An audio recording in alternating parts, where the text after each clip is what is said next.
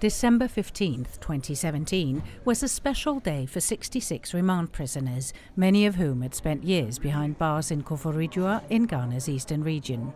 On that day, a special court at long length processed their cases and most of them were released. But returning to his village, 72-year-old Kojo Obeng found that he had lost virtually everything he ever owned. The frail old man now has to sleep on the floor in his brother's house. Kojo Obeng is trying to cope with his new life as a free man. Even though he was never convicted and had to spend a grueling 8 years and 5 months in prison, he was not compensated. About 98% of the people we're dealing with in prison are poor people.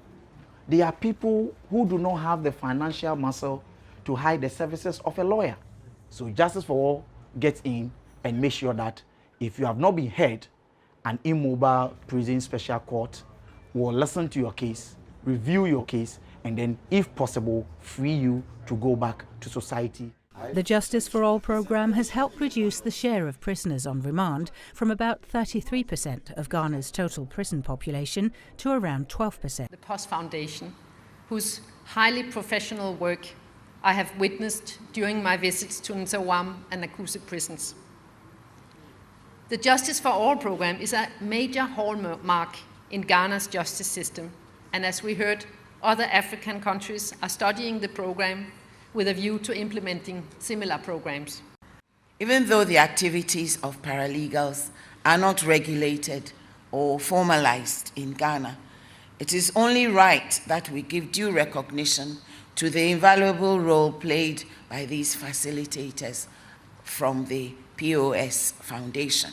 They have functioned as de facto paralegals towards the sustenance and growth of the program. They interview the prison inmates and facilitate the drafting of their applications and criminal appeals. Once again, I would be very pleased to acknowledge the POS Foundation, which is made up of the Judicial Service, the Office of the Attorney General, the Ghana Police, the Ghana Prisons, Legal Aid, and the POS Foundation, led by Jonathan Osewusu, for its efforts to resolve the dilemma between crime control and due process, and for the effective collaboration between civil society and government. Facilitator of the Justice for All program, the tireless, indefatigable, irrepressible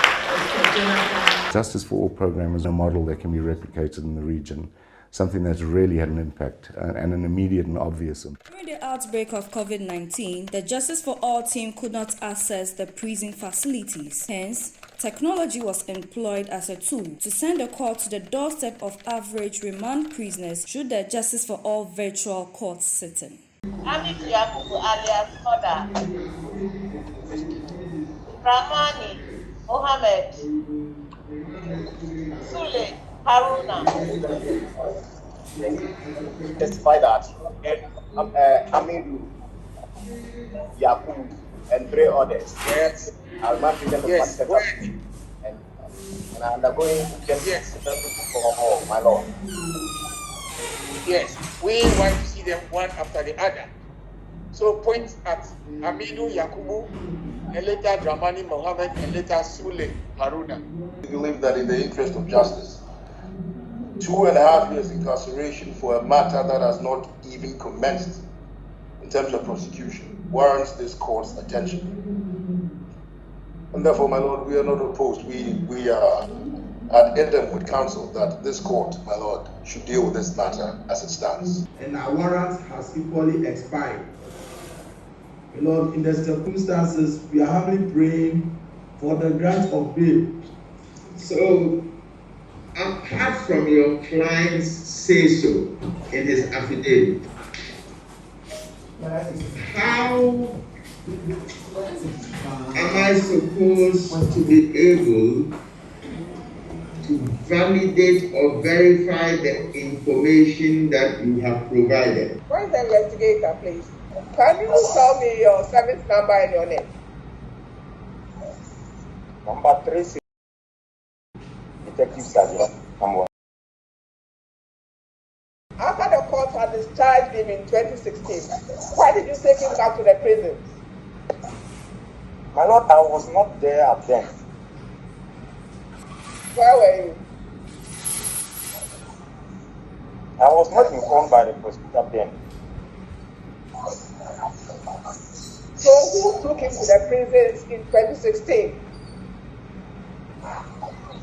Because he's been in prison on a 2016 warrant, and the court discharged him in 2016.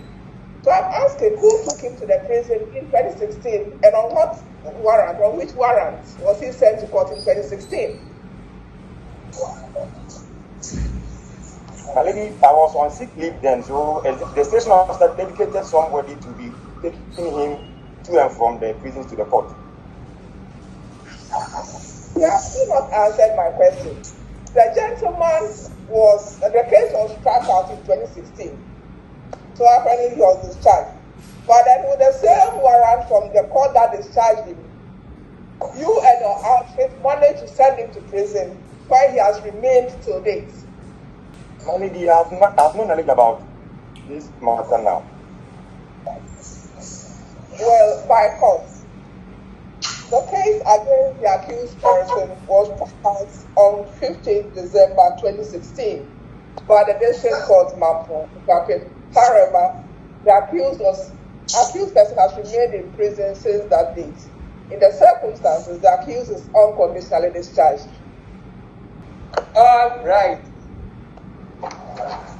The case was, however, struck out by the Ekuape-Mampong District Court on December 15, 2016, after an autopsy report revealed that the girlfriend died from pneumonia and therefore was not killed by Mr. Hulete as alleged by the police.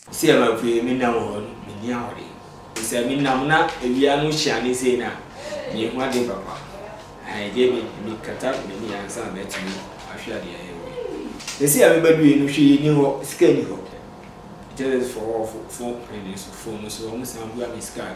Never be tough for me, and I mean, yeah, be toss up, and I mean, yeah, be taught out and 70 million, and now be do I. Say, Obajani Panaco to prison, any prison, and Yadipa, say, you man, only here, Musheni, and I'll be asking, so I'll wear me, so my pay, I'm high.